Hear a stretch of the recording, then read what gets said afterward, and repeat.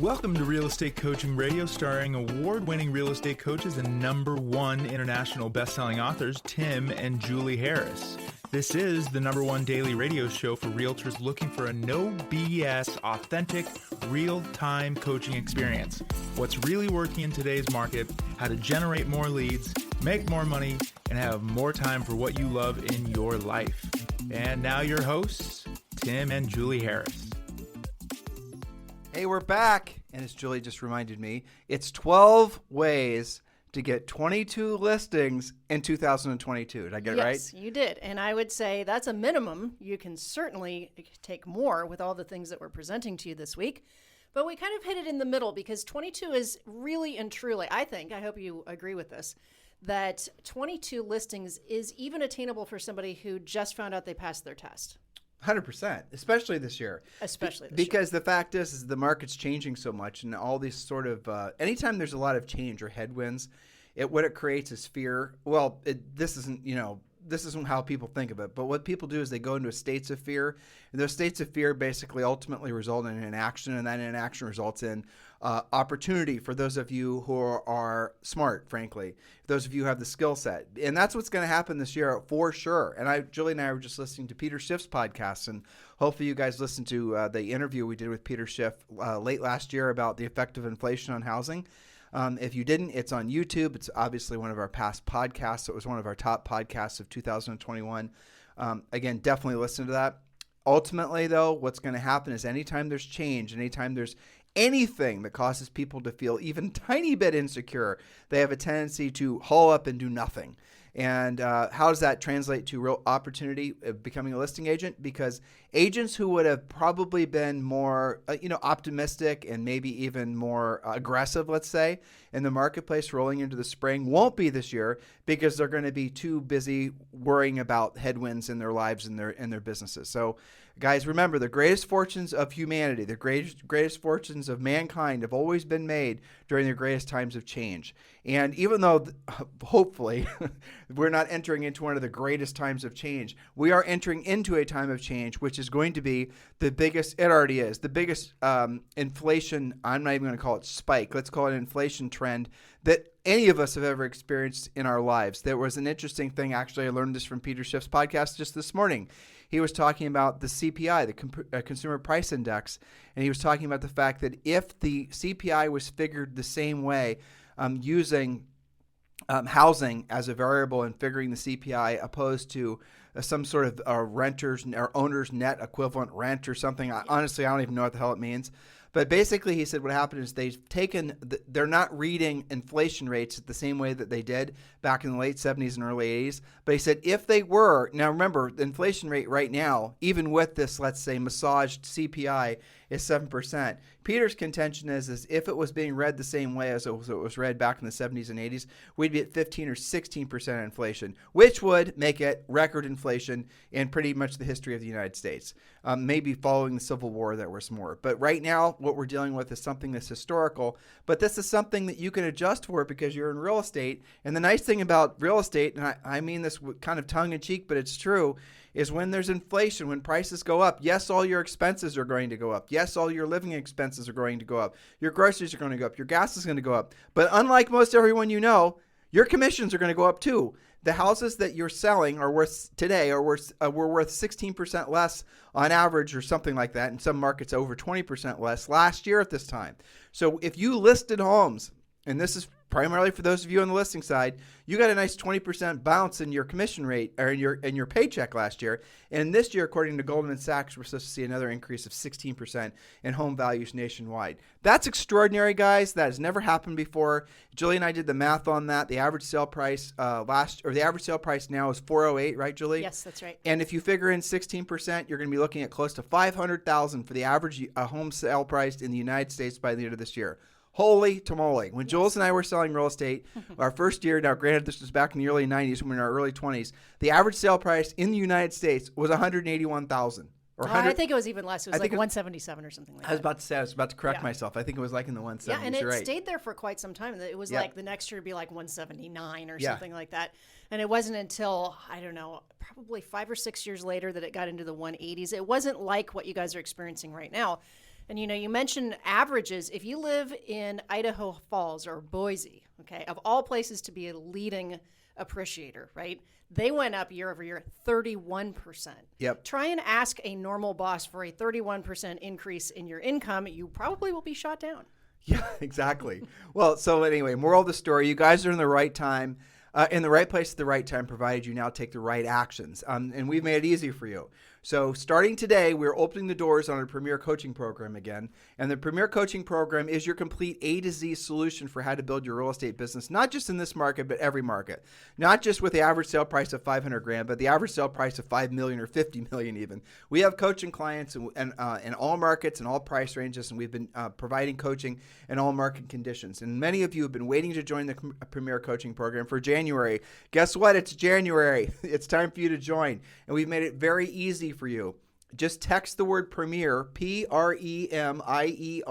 Text the word Premier now to 47372. Just text the word Premier to 47372. When you do, that's going to bypass anything other than going right to the ability for you to purchase the coaching program. So just, again, it's very simple, guys. This is what you've been waiting for. I know literally hundreds, if not thousands of you have been waiting for the new year to join Premier. Now it's time. We've opened the doors again. All of our coaches are back from vacation. Everyone's ready to go. So text the word Premier to 47372. And when you do, that's going to take you directly to the Premier Coaching page, and you can learn how you can join Premier Coaching for around $100 a month. So text the word Premier to 47372. And remember, when you join Premier Coaching, you're also going to receive a daily semi-private coaching call with one of our coaches.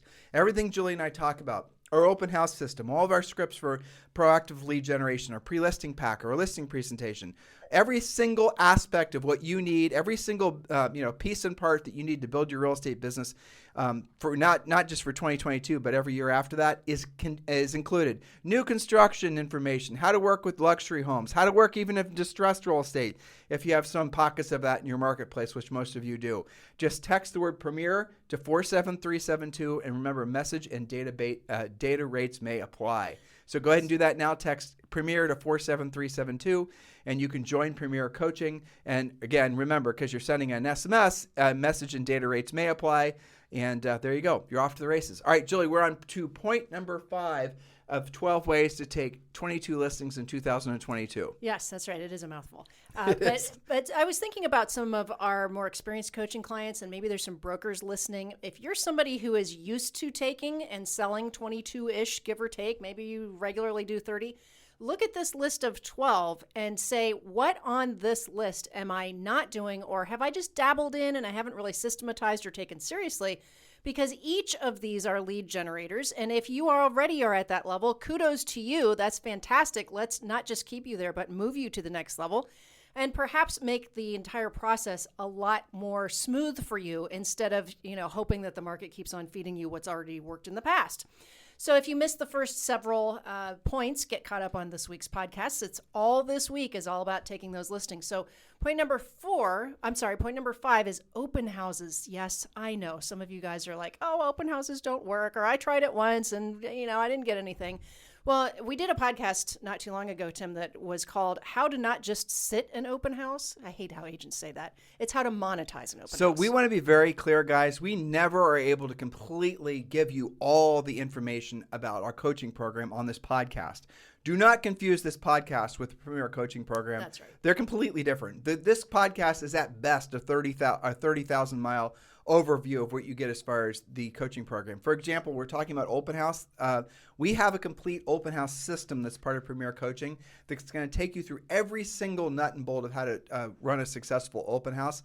And we've had people, I know this sounds insane. Well, most of you will know it's not insane. We've had people follow this system, and they've had hundreds of people to their open houses. Now, why do you want open houses? Yes, you're going to get a lot of looky-loos, but here's the 2 buckets of people, prospects that you're going to want to look for. Neighbors, frankly, looking in that house to see if there's any of the things that they had stolen from their yard. No, that's a joke. But neighbors thinking about selling their own homes, and you're also going to be dealing with the best buyers. So this is some statistical information that will, I think, empower most of you.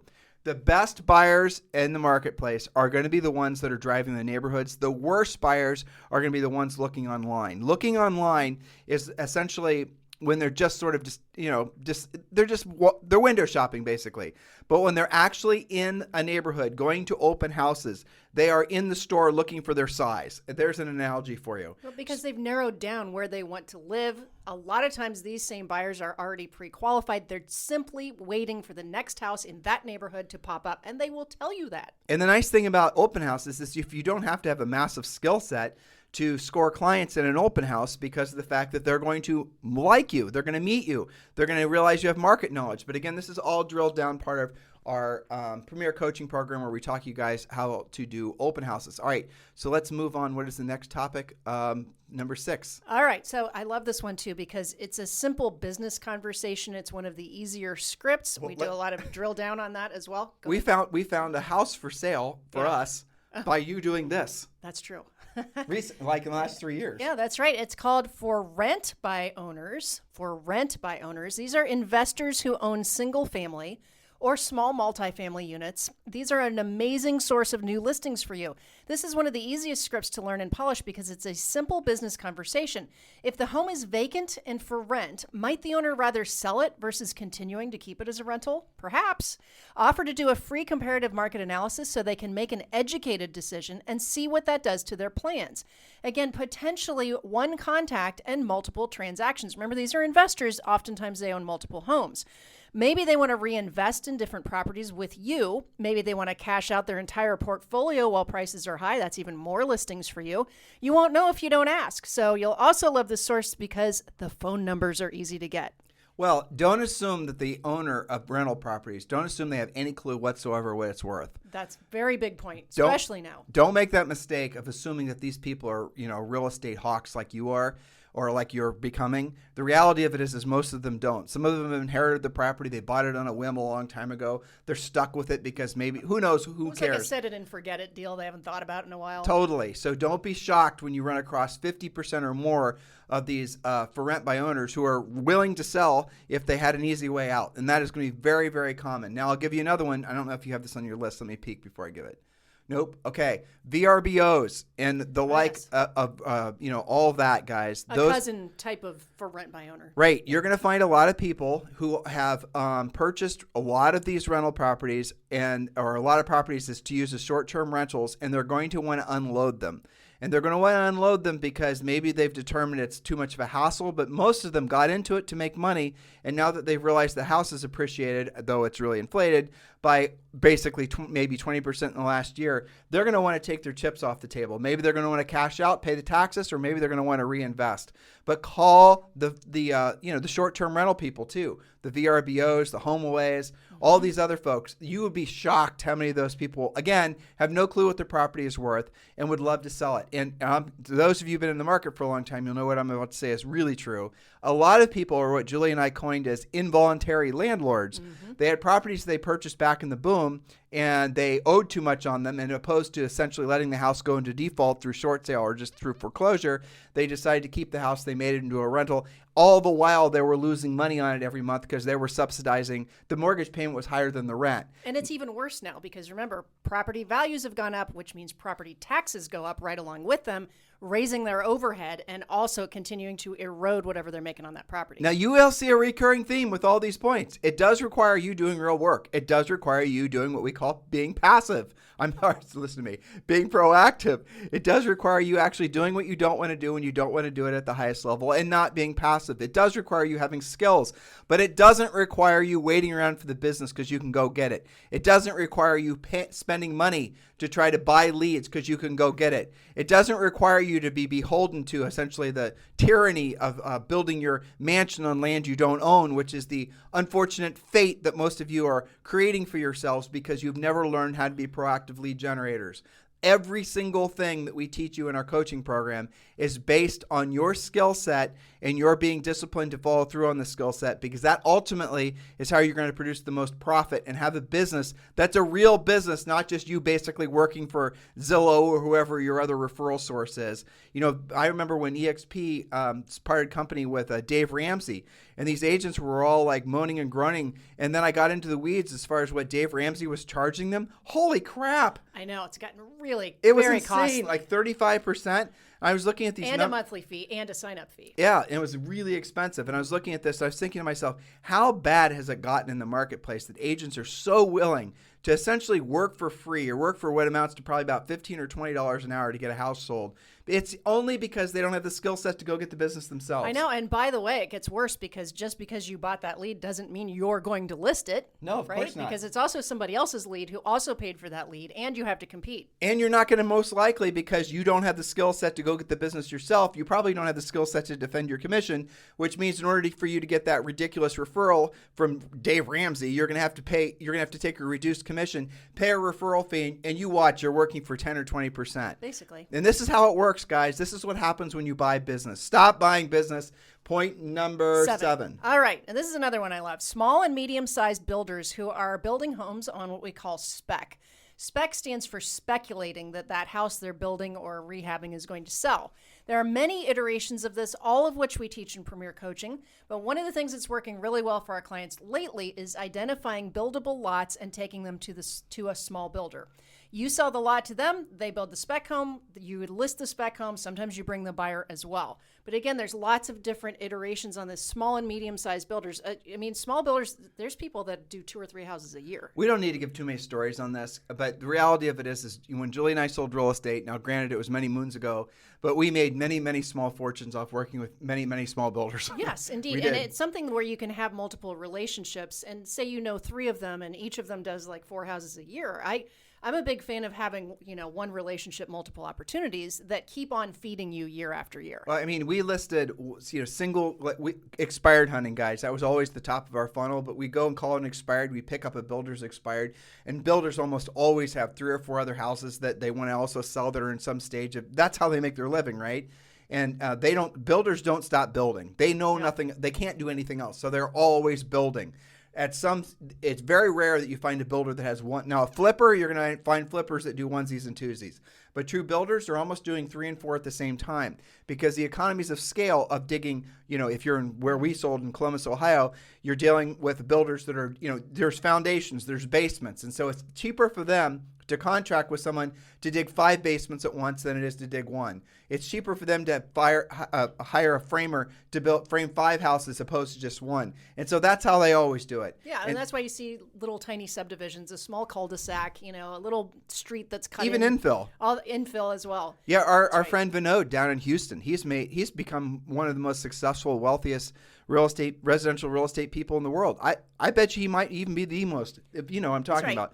Yeah, and he's doing kind of he urban does infill with opportunity zones and things like that. He does, and he does a lot of multi-families, but he started out doing single families. Yeah. But those are where the real opportunities are, guys. That's where you can have 3 or 4 or 5 or 6. Now, be careful. Don't just have one builder relationship because you're right back where you started and you're vulnerable to that builder having a bad day or his wife or her husband getting a real estate license. The next thing you know, you lose all the listings. Or they retire, things can happen. So point number 8, you mentioned for a second. Flippers. Okay, sure, they might sell the home on their own, refer to previous for sale by owner point, but flippers often will list with you so you can bring a buyer to them before they're actually finished with the flip. This helps them because they can flip more homes in less time, a bird in hand, so to speak. So meanwhile, while you have it listed and they're finishing it, the house generates more and more buyer and seller business for you and potentially more clients for them. So that's a win-win for everyone. I'll give you a real quick example from one of our coaching clients in Canada. He has a past client who likes flipping, not a bunch, 3 or 4 in the past, 4 or 5 years. It's not a big flipper guy. Bought a house over Christmas, was planning on flipping it, kind of lost his mojo to do that. Our coaching client then bought it from him, let him make a little bit of profit on it, and now he's going to rehab it. So there's lots of different ways that you can work this. Sometimes flippers will give you some leads because they knew about properties, they looked at it, they decided not to buy it, but they know the seller wants to sell it. Well, this point number 8 has many facets, and Julie's going to talk about one of them, point number 11. But I'm going to go back to a previous point, wherever the heck that point is, when we were talking about the importance of having a guaranteed home sale or having essentially having the same USPs, say, for example, Open Door has, where if the house doesn't sell, people can then wholesale it basically.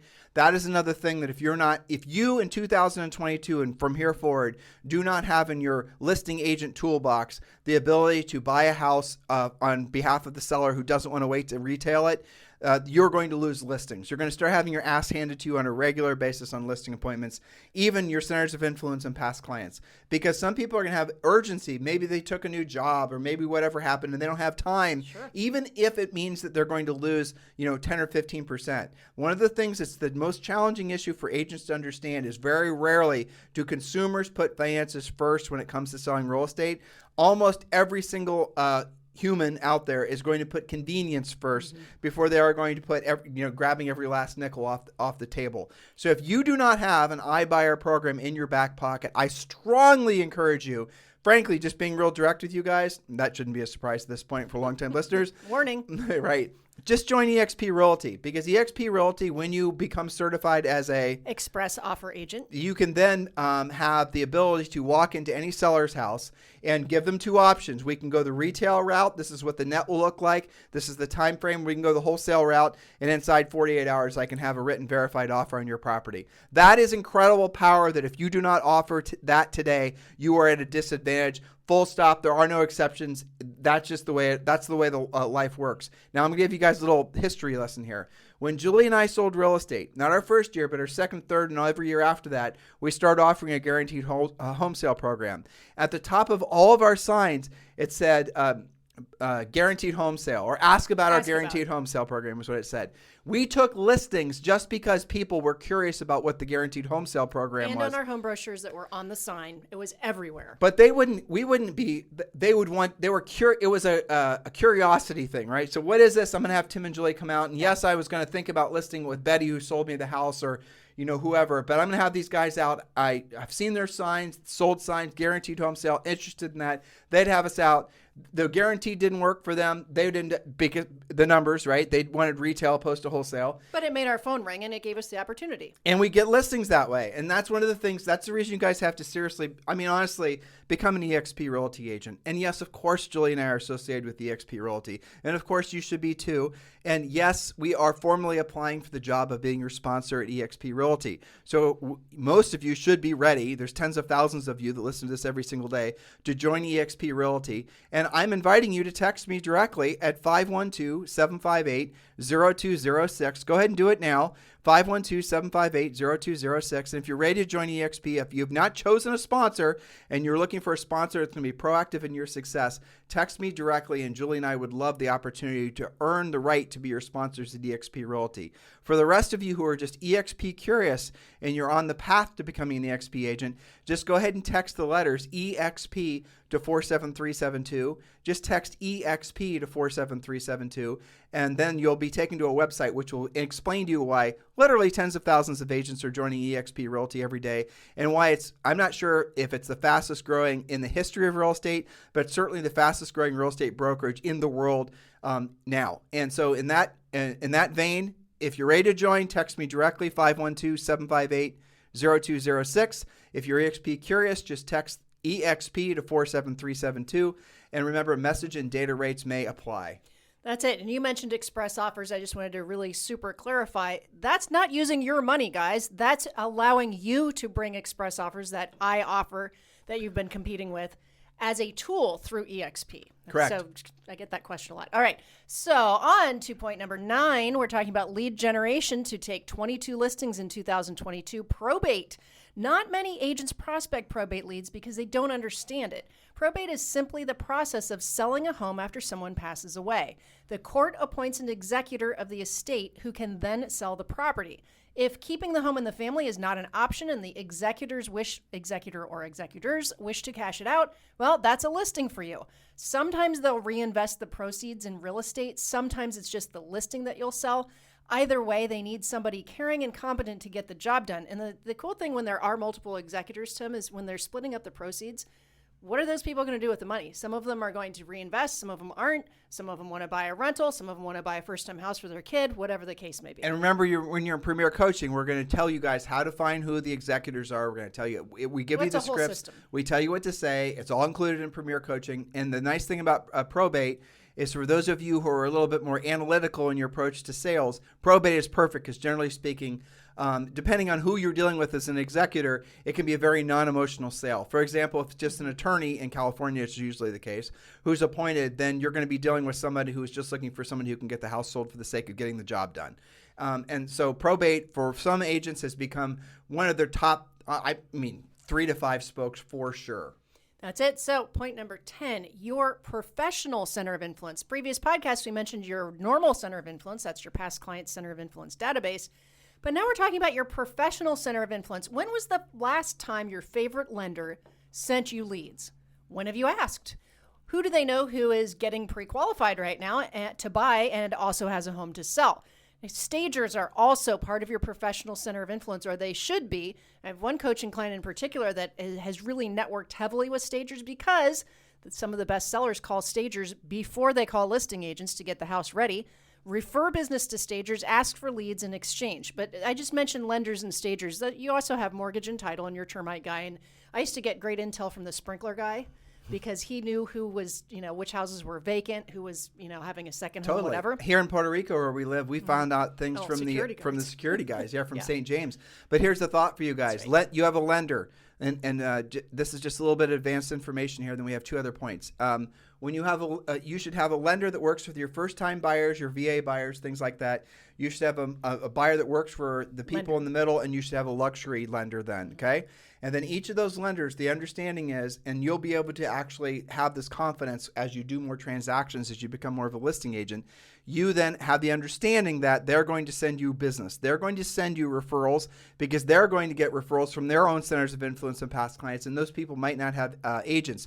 Or if they've been in the business for a while, they're going to get their previous loan customers calling to requalify for a house because of the fact that they want to move up or move down or whatever, buy a rental or a vacation property. Those are more opportunities for you guys. But one of the things you can do in the interim is you can do some kind of Zoom interview once a month, or you can do a podcast. You can do some sort of content creation with each of these classifications of lenders, and then you could disseminate that information obviously to your lists, but also have them do it the same to theirs. Make them the rock star. They can interview you maybe for their people, and you can interview them. You guys get it? So have a high-level conversation about lending and about real estate trends. If you don't know what to say or how to say it, just listen to our past podcasts, and that will educate you quick. And obviously, becoming a coaching client will even get you there faster. So there's lots of ways to tap your centers of influence and past clients, and especially when it comes to your professional one. Next point is number 11, and then we're going to get to point 12, and we're going to wrap it up for today. All right, so point number 11, investors. We've talked about them in different iterations through our podcast here, but actual investor clubs. Join your investor clubs yourself through something like meetup.com. That'll tell you where most of those are, or private Facebook groups in your town. I know, for example, in Austin, there's a very robust investor Facebook group that you have to be invited to, but once you are, you've got to follow their rules. Like you have to post your opportunities there before you would list it in the MLS. There's all kinds of things. And there's a lot of people that play wholesaler. Yeah. Julie and I do not teach investor stuff, so don't ask us about it. We get asked about it all the time. It's just not something we're comfortable with. We want to work with licensed professionals. But there's a lot of people that are on these Facebook pages and these investor groups. And here's an idea. So there are investors who make their living buying houses at wholesale, and they maybe buy them from wholesalers, or they market themselves and buy them directly from the actual sellers. They also will be soliciting probate opportunities. They're also going to solicit for sale by owners and expireds. You're going to discover as you get into the weeds that investors, depending on your market, are going to be competitors to you. But remember, an investor is going to come in at 15 to 20% lower than retail, so you still have a window there. And if that seller is finding an investor opportunity attractive, you then can lean into the fact that you are an instant offers agent with EXP, and then you basically can match whatever they're matching, and the investor won't have any advantage over you. But befriend these investors. And the way you befriend these investors is by asking their permission to bring them opportunities when you find something that is an appropriate sale for an investor. Maybe it's all, this is anytime you've been in the business for more than a blink, you're going to discover there are lots of properties out there that are going to be great opportunities, frankly, for you to buy, or maybe they need too much work. It'd be a good flip to an investor. But the investors then are going to go out, they're going to make an offer on a particular house. If the offer's too low, the seller's going to say no. What happens to that listing? Are you listening, listeners? What happens to that? I'll tell you what happens. The investor just walks away from it and says next. They don't care anymore. What if the investor, and most investors do not have real estate licenses. So what happens if that investor, where then you had an agreement with them, that they're going to start flipping that listing to you, that listing opportunity to you? You guys see how you can build your centers of influence and past client list, your professional center of influence and past client list or investors? Lots of coaching clients over the years have built very robust lead generation spokes from investors. Point number 12. That's right. Okay, point number 12, door knocking. I know it's on the list. It is not at the top of the list because it generally takes more contacts to take a listing, but it is still effective when you're consistent. Door knocking can help you become more comfortable speaking with people about real estate, and many times you'll be at the right place at the right time and indeed take listings from being there. But again, it takes lots of contacts and consistency. Before you go door knocking, choose your neighborhood wisely. Does it actually turn over very much? What's the average sale price? What's currently active, pending, and recently sold? What's being built around the neighborhood? Is there new construction nearby? Become the go-to neighborhood specialist and use good scripts at the door. Start with your own neighborhood since you already know it well. Now, door knocking is particularly effective, Tim, with coaching clients that are maybe a little bit getting used to talking to people. Of course, they call it circle prospecting nowadays if they're calling. But to Julie's point, again, this is part of the Premier Coaching Program. One of the most powerful things you can do, and this is assuming you have what I'm about to describe, and it's true, is a list of buyers that you have that are looking in that particular marketplace. Now, those don't have to be buyers working specifically with you. They can be buyers working with other agents, right? Sure. So if you're then walking up to sellers' houses and you're saying, listen, I have some folks that are looking to purchase in your house, in your neighborhood, and you obviously have one of the prettiest houses in the neighborhood. Who's not going to want to hear that? Mm-hmm. And now if they're condos, good luck with that line, but you guys get the point. And then and we have somebody that's interested in moving in, or we have several folks that are interested in moving in. And have you considered selling if all the numbers made sense, or if basically all, whatever, right? Or who do you know in the neighborhood? These are all of our scripts that's on the website you get as part of Premier Coaching. If they say no, then you just say, well, I'd appreciate if you keep me in mind if you come across anybody who's thinking about buying or selling that I should be helping in your neighborhood. And then give them a flyer. Give them a flyer with the buyer's information, not their phone number, the buyers that you are looking for on behalf of, right? Buyer number 1, relocating from, Portsmouth, Ohio, looking for something with, 1 acre and whatever, right? Just general descriptions, but no names or any sort of identifying information. And then give that to them and just, again, encourage them to call you. You will absolutely generate listing leads that way. Mm-hmm. Your focus is not buyers. Your focus is listings. You take one listing, you're going to have to beat the buyers off with a stick. And no, I do not mean that literally. That's a bad joke. No. But for those of you who are very sensitive, right? But you're going to have, if you take one listing in this marketplace and you do, frankly, what we prescribe to you to do as far as the coaching program, easily 20, 30, 50 buyer leads. If you want any of them, frankly, what we'd like you to do is migrate towards a point where you're able to pre-qualify all of them at a high level, pull out the listing leads, and then refer those buyer leads out to other agents. And you become the lead, the lead seller, and you start referring off buyer leads that are just straight buyer leads for 25 to 35%. You then start collecting 25 to 30% on your buyer referrals, which, by the way, is a higher net than you will ever make forming a buyer's agent team. We've talked about this on past podcasts. Yep. This is what we call a smart team, an element of a smart team. Again, this is part of Premier Coaching. But guys, those are just the top 12. In our Premier Coaching program, we teach you over 20, right? That's right. Well, and not just that, but the real effectiveness of this. So, for example, just this point, door knocking, there's so many different aspects of that, right? So when you have multiple offers on one of your listings, only one person can buy it. So that's a good reason to go to the neighborhood. That's called the good news, bad news script that we teach in Premier Coaching, where the good news is we just sold your neighbor's house. The bad news is there's 4 more people who want to live in this neighborhood. So there's lots of detail. What we're doing is the 30,000 foot overview to expose you to what you can be doing. What we do in coaching is much, much more specific. So now's the time. This is just basic training, guys, but this is a good place to start, right? It makes you aware of the opportunities that you have in front of you. And it's also supposed to touch a little bit on and make you feel excited, but also a little bit, I was going to say ignorant, and that's not the right word.